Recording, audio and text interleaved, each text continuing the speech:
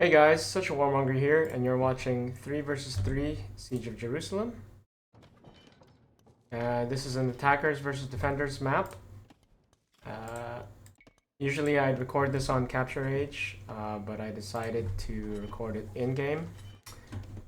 I just wanted to show you in-game in the beginning because I wanted to show you the moods change. It goes from night to winter. The winter time represents the morning, and it goes into normal mood and then desert mood to show the afternoon, etc., etc. Okay, so this is what it looks like on Capture Age. Okay. So this is the city of Acre. This is in Israel right now.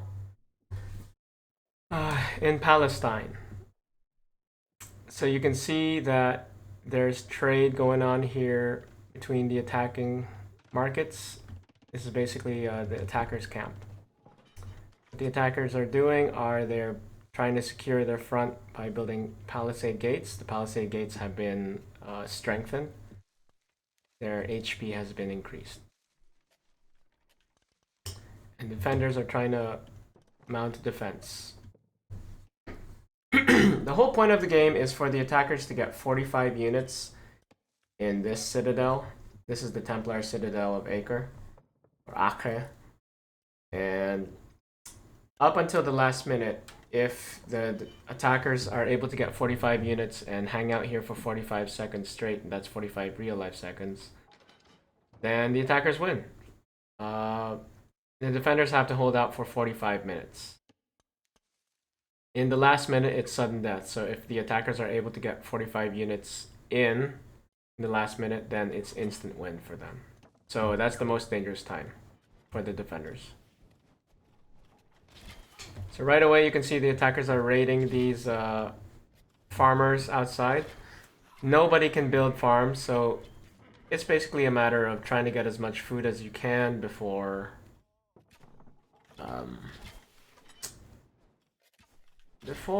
you know, they kill all your villagers. Alright.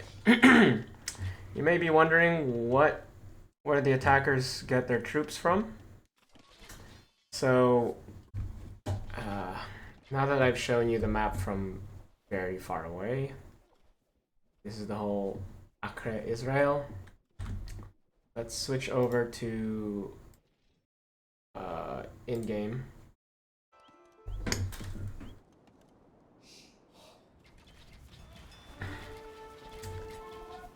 So, attackers, which are blue player 1, yellow player 2, and green player 3,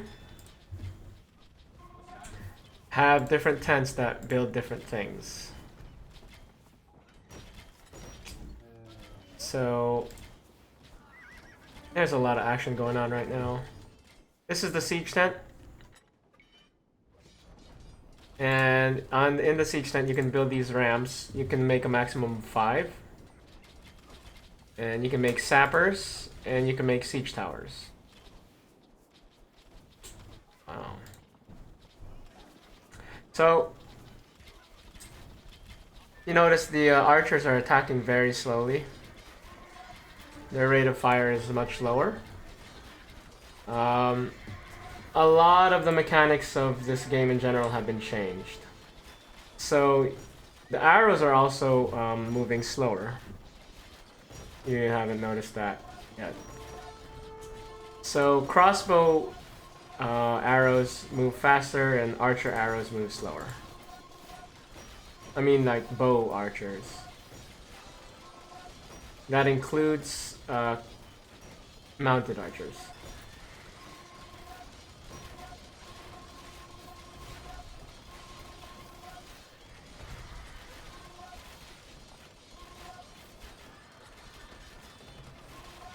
Okay, so you saw a shot coming from this ballista.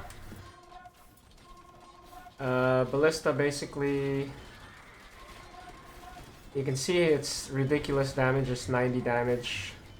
It's ridiculous range, 35 range. It only has a vision range of 20, but its attack speed is very slow. And you can't build them. They come in reinforcements, just like the onagers.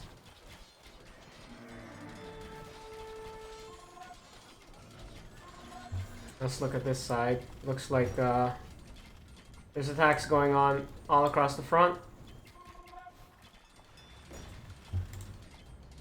They didn't protect this gate. At least they didn't start repairing this gate. So it looks like the Rams are doing a lot of good work.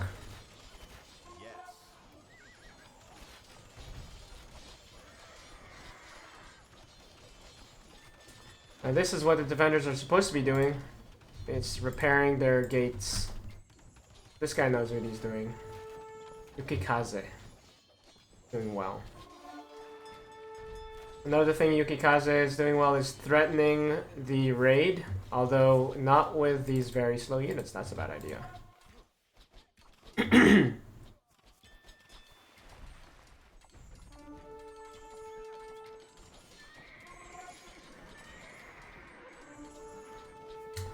The defender units, at least the knights, are stronger in general. So these are really weak swordsmen and really weak pikemen. They are about as weak as the defender pikemen and swordsmen, but the attackers do not have access to these knights. These are sappers.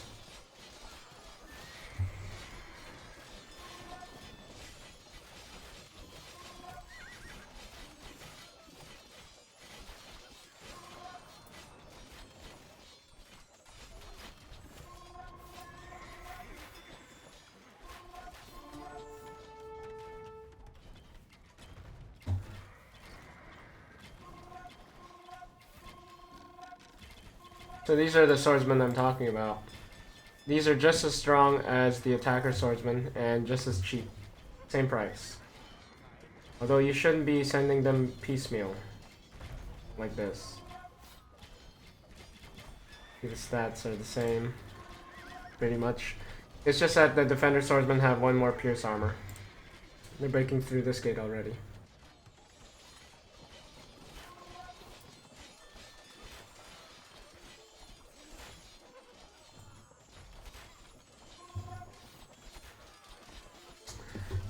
Now, archers have 16 range, but because of the lack of thumb ring, because of the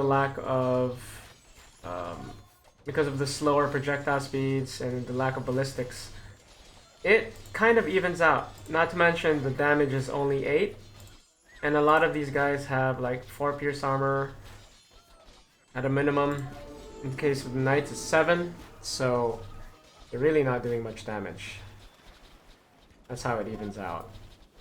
Plus, look at that, the knights are healing. So, the order knights, not these English knights, the order knights heal. They self-heal, and that goes for the mounted and non-mounted versions. So these knights over here, these self-heal, and they cannot be converted. So they're basically heroes without the aura.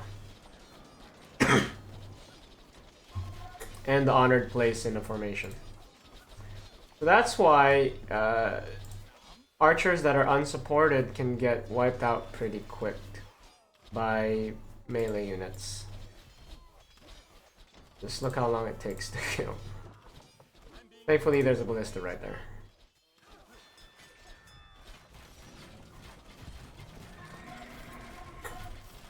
Here comes yellow with another heavy attack.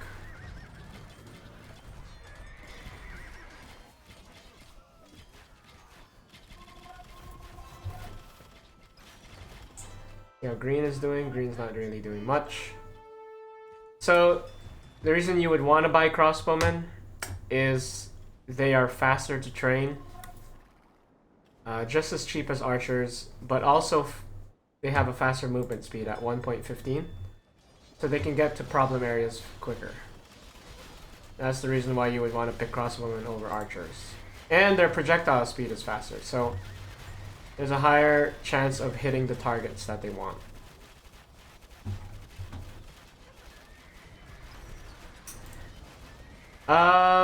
Look how far the trebuchets are firing. Attacker trebuchets have 47 range. At that range, most of the trebuchets are wildly inaccurate, except the attacker. Each attacker also gets a hero trebuchet. So player 1 gets the Victorious, and this is a historical trebuchet. Player 2 gets the Furious, which is another historical trebuchet. And they are like almost 100% accurate. And player 3 gets the Vicious, which I can't see right now. I don't know where player 3's hero trebuchet is. There it is.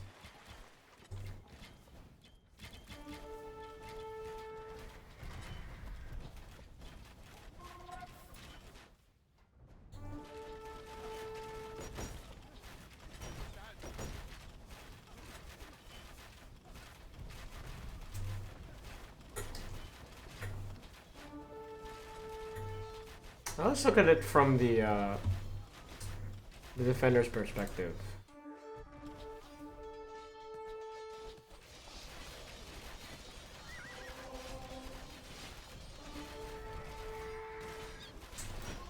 Now, attackers only get their ballistas and onagers and the hero trebuchets. There's actually a hero cavalry I'll show later. They only get them through reinforcements, so that's how it's balanced. They can only have one. But you can see the ballista shots coming in, trying to break the siege. You're supposed to use the ballista shots to help break a choke point. So like, this is a juicy target. Let's see how this is doing.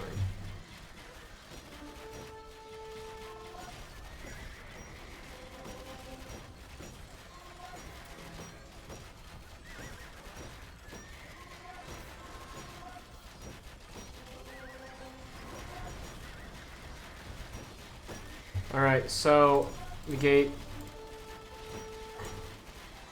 of St. Nicholas has fallen. So this was the gate of St. Nicholas. This is a cursed tower, a famous tower in the real life battle.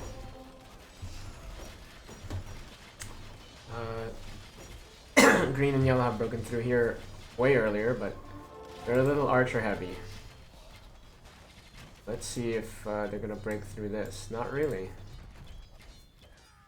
Not sure what green is thinking. Just attacking towers willy-nilly like this.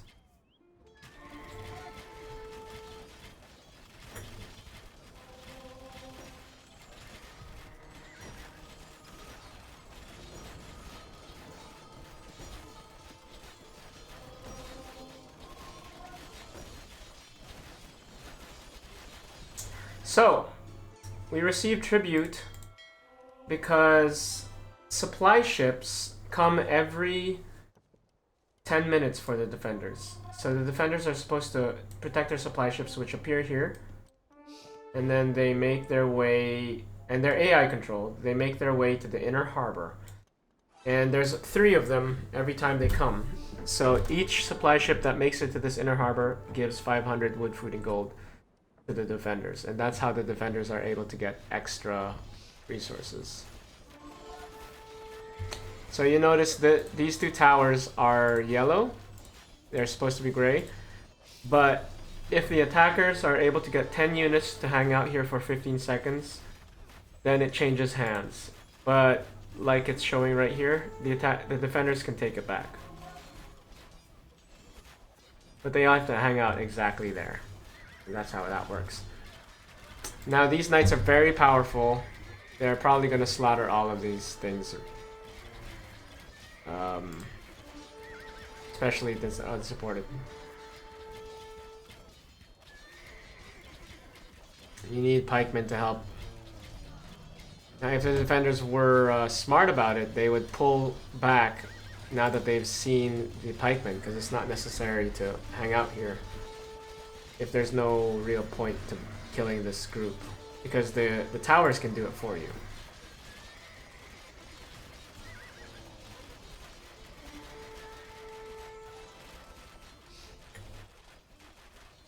Defenders get 4 trebuchets each, and they cannot be replaced the entire game. So these are super precious. They do have 50 range, so they can counter attacker trebuchets, except for the hero trebuchets. So you have to be careful with hero trebuchets. This is the hero lancer I was talking about.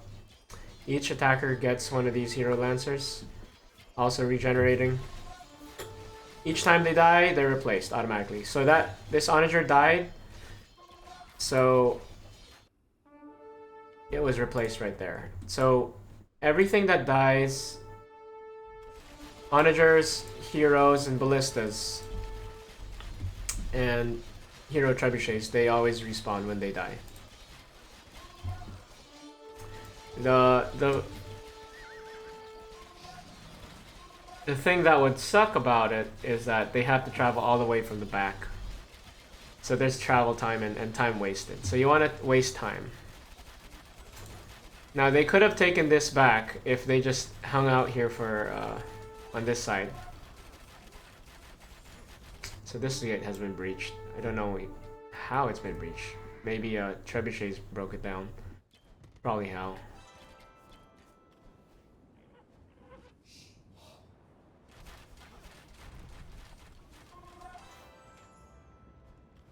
So yeah, 10 units right here, they took this tower back. Took them long enough. They took this tower back too.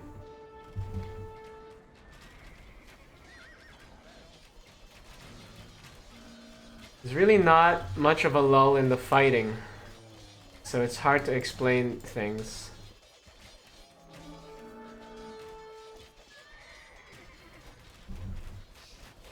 Okay, now nighttime. If we look at the attackers, the way nighttime works is everybody loses sight of their allies. So attackers even lose sight of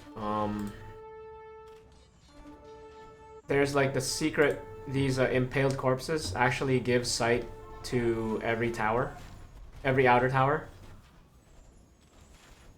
And since you lose sight of your allies, the player 8 impaled corpses cannot be seen anymore.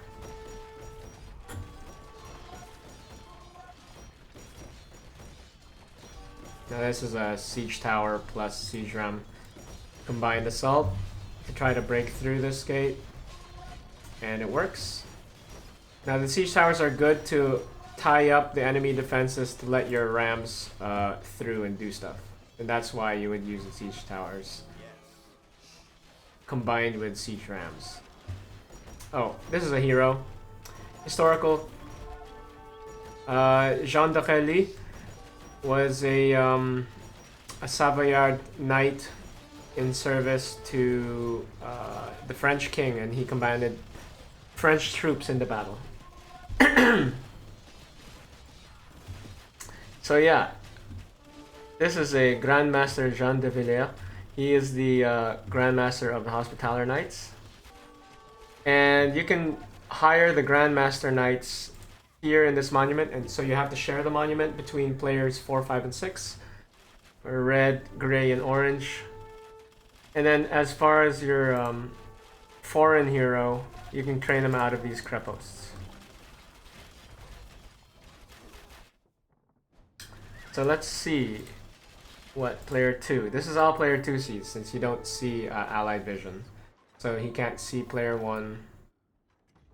You can only see what he sees. You can see a good amount of stuff. It may seem like, why is the onager attacking the tower? Onagers do get plus 250 or 200 damage against stone defenses. So it actually, if you look, this should go down to like 700 something. There it is. So plus 200. So it does work effectively against stone defenses. So that's not entirely stupid to do. So what's player 3 doing?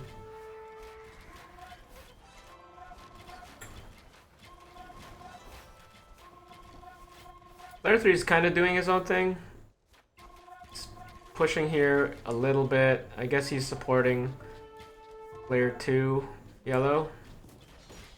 What he sees. Let's do all visible for now. You can basically understand that at nighttime you can't see anything. Here's another supply route. This is what the supply ship looks like. So you have to accompany these supply ships to the inner harbor. Now all of the outer defense towers are capturable. Even this water tower, the Tower of Flies, if you get 10 ships around here, you will capture this tower and it'll be yours. Well, your allies. So Blue was planning a later ship landing. He wants to stay away from these castles because they are 18 range. So these towers are 18 range also. Someone's repairing something. Oh, the barracks.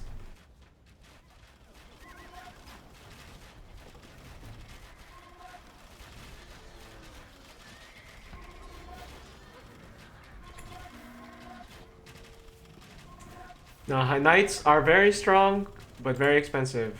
So, especially since they have regen, you're gonna want to use them to like shore up a defense, and then they're kind of like an emergency unit until your cheaper units arrive. Now, using them to sally out like this is not necessary. You can just wait for the enemy to come to you. So that's a waste of money right there. This gate's finally gonna go down, probably.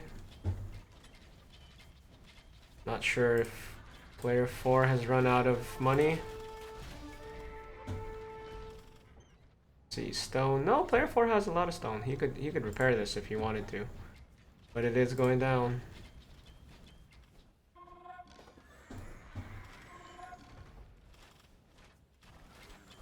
So this is a lull in the battle. Since it's nighttime, people don't know what's going on. Green finally pushed through.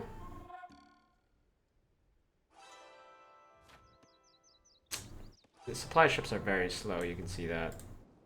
Very important. Keep them alive. Okay, so while there's kind of a lull, so Green's taking out some houses. Population, there's about 30 population in these houses. You can tell that they're defender houses because they are the Byzantine architecture. So attackers can train swordsmen and pikemen from the levy tent, and camel archers, archers, and horse archers from the auxiliary tent. And then from this tent, the Halka tent, they can train Ajnad swordsmen, which are Shotel warriors. Tawashis, which are conics, both dismounted and mounted versions. And they can also train the scouts. I don't know if anyone's made a scout. I don't think anyone's made a scout. They can train scouts, and they can train Wafid horse archers, which are probably the best horse archers. They only have... Camel archers have like 14 range. These Sultania horse archers only have 13 range.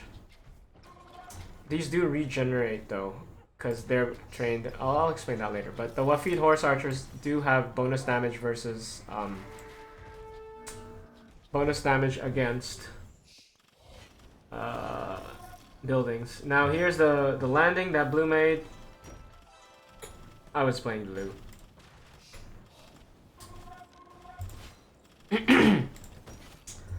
So the objective was to break through so that later on I don't have trouble trying to get in the objective. If I could kill anything else, that's a bonus. So this is at nighttime, so remember, this is what the defenders see.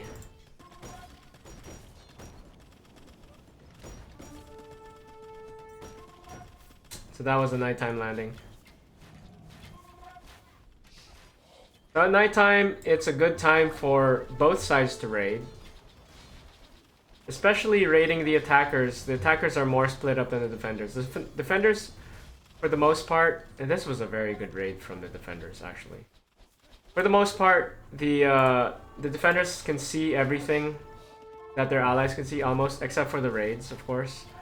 But the attackers are split up. So this is what blue sees, this is what yellow sees, and this is what green sees. If you look at the minimap. So it's a good time for the defenders to raid the markets. So this gate went down. One of the ways to raid enemy economy is passing by this beach and flanking from the back, or landing troops there. Another way to raid is going on the left side through the marsh. So right here. That's a good way to raid, and it's always good to target not necessarily the villager economy, but more of the marketplaces. Kill reinforcement trebuchets are the highest priority. Not necessarily killing reinforcement ballistas or onagers, because they're just going to respawn. Same with the heroes and hero trebuchets. But killing these trebuchets limits the firepower of the attackers and ability to destroy defenses.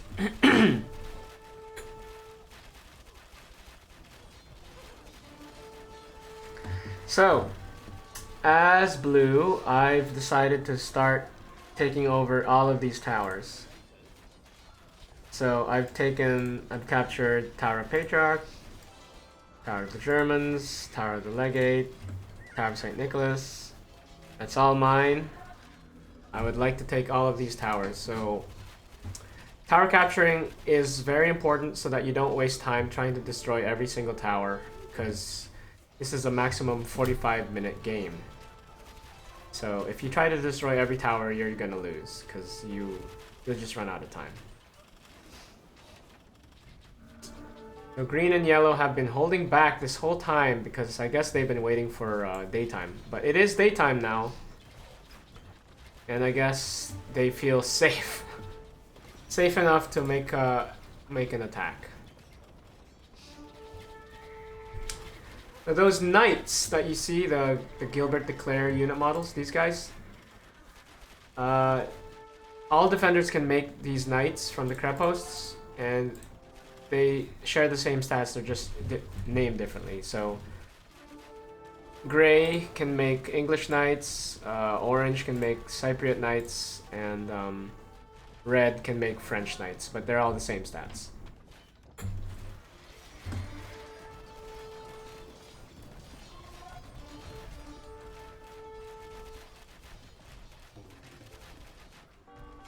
Now let's see.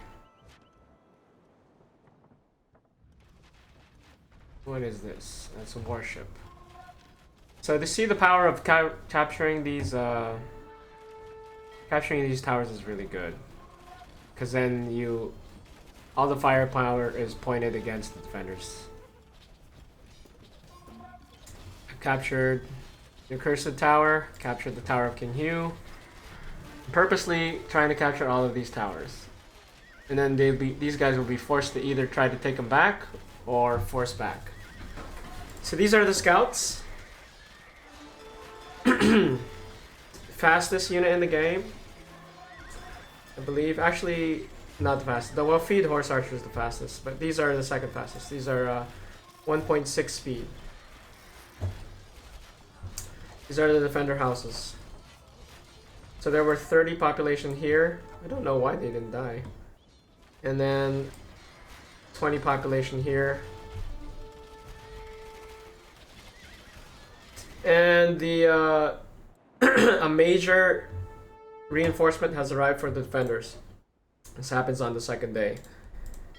So they get 2 ships full of sergeants, which look like lawn swordsmen. They're actually Sheriff of Nottingham's, and 1 ship full of their Order Knights. So that's a very powerful flanking thing. Plus more supply ships, plus warships, plus their ballista ships. Now, the Pisan ballista ships are 35 range, 200 damage, and super badass. Just like the ballista, they skewer through the enemy. Not necessarily to destroy this, not necessary, but it is kind of in the way, so might as well. This Castle of the King's Constable for player 6 has gone down.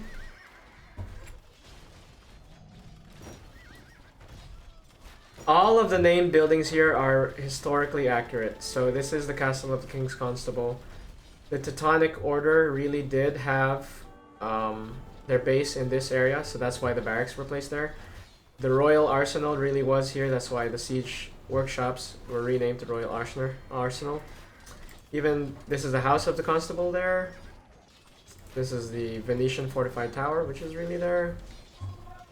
So all historically accurate. So look, we've captured all of these towers. So now we can safely pour reinforcements into the city.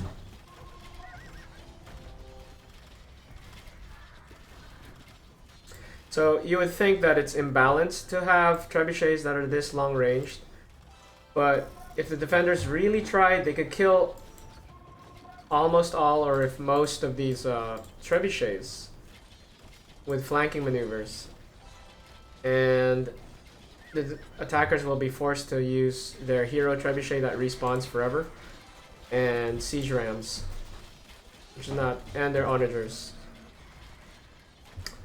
So the defenders can it ends up being pretty balanced. Plus the trebuchets are 50 range, so they can counter them. Oh, this is open. So they captured this gate. This is the new gate. This is the Gate of Our Lady. Hospitaller Fortress was here. It was destroyed. This is the Hospitaller Quarter. It really was here. That's why their barracks are here. And there's like a bunch of houses here. 20 population houses again. Now we're starting to bombard the Venetian fortified tower. So these ballista ships can do a lot of damage. So do you see that? Oh my god, I love these things. It's a very high priority to kill these things. And that's what I'm trying to do with these trebuchet shots.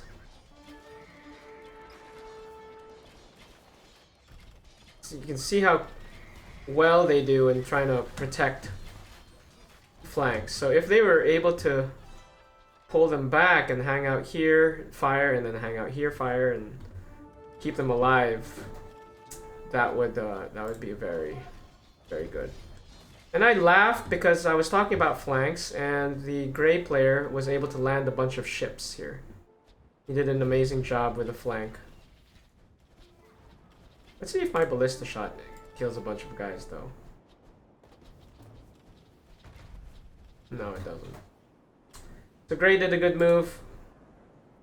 Oh wow, I killed that many with one ballista shot. Did you see that? And he's pulling back too. Very smart. So the Pisan ballista ship, super awesome ship. At this point, red resigned. I'm not sure why. That was a mistake in my opinion. Because you could easily last. Thankfully, I set this up for all of the resources, the population, and the units on the map to transfer. If you're wondering why these ships aren't firing, it's because they're melee ships. They only have 1-0 range.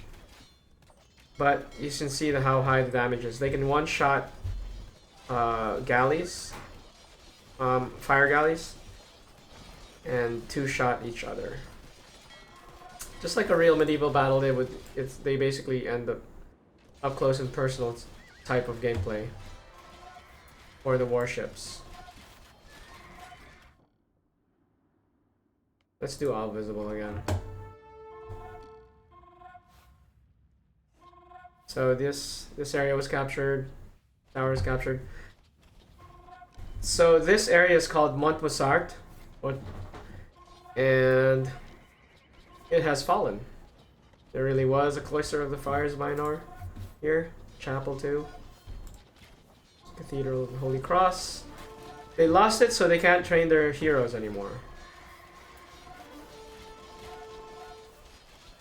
The sergeants are cheaper, but they're really good at killing archers. You can see how these archers are just all gonna die. You can see how it's balanced. You need to keep your archers protected. You can't just like hit and run with a rate of fire, especially if they're crossbowmen. You have to keep them in fortified areas. Now these little fortified thingies are fondacos, so each defending player gets one. They have town centers in them. And they have a donjon. They have archery ranges. That's where the defenders can gather wood, food, and gold to try to supplement their army. And it makes for a nice little fortified position. Not as strong as like these positions though, like the King's Constable or Hospitaller Fortress.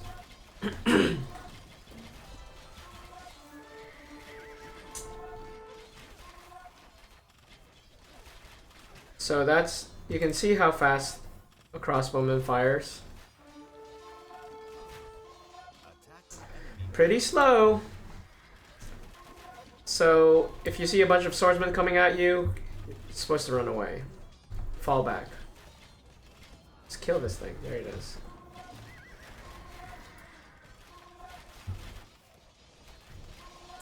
Now these little swordsmen do not have bonus damage versus buildings. But the defending swordsmen do.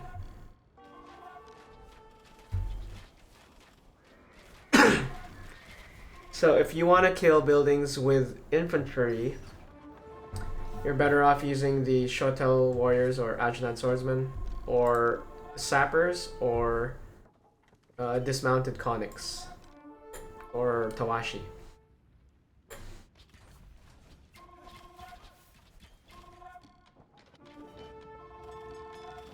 Now let's take a look at resources. Gray is basically out of everything. Should actually trade. Orange could have given Gray a lot, actually, so that's unfortunate. These scouts do have a very long sight range. So just look how much they're revealing. You have 20 sight range. So in the artillery war, these guys are great. Also super fast. So Green deciding to capture the Tower of Flies.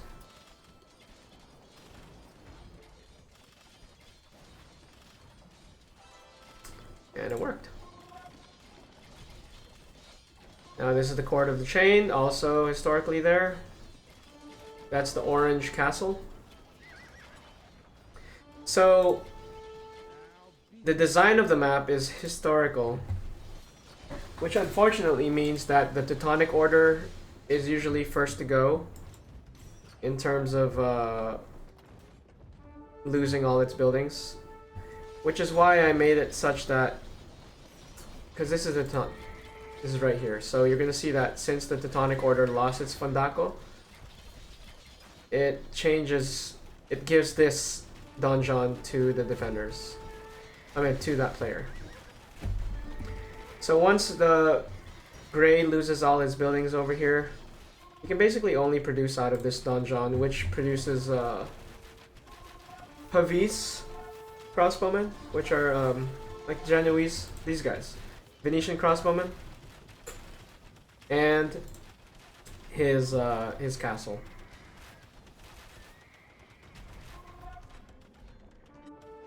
I don't know what happened there.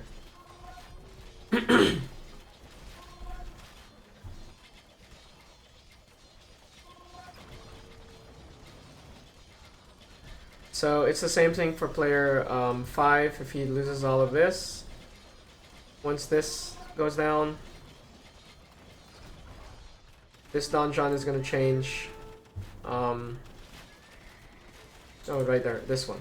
This donjon is going to change to his.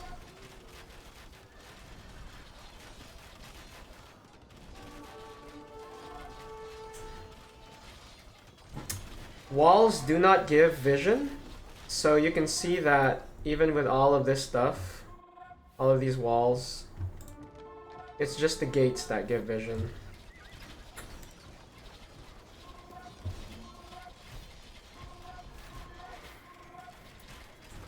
So it gives the effect of losing territory.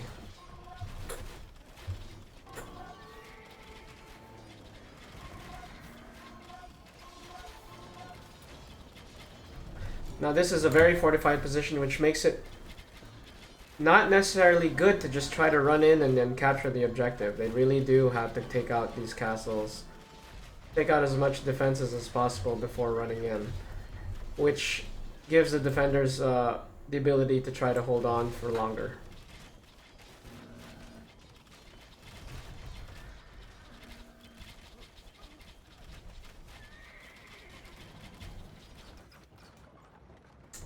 That's a bug. That's annoying.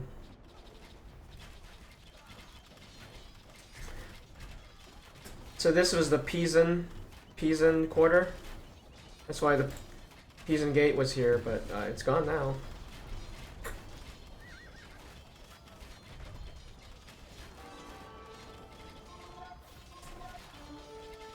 Now, yellow is feeling the pressure of time because this is only a 45-minute game. You can see the sun is setting.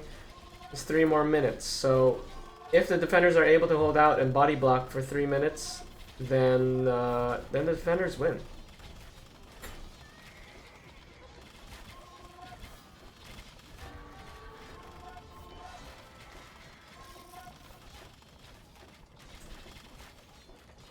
I think this is the beginning of the end. Now, I will tell you that once the attackers win, and then they're about to win right here, there was only under 2 minutes left, maybe 1 minute 30. So this game was pretty balanced. Of course, there's things that the defenders could have done better to win.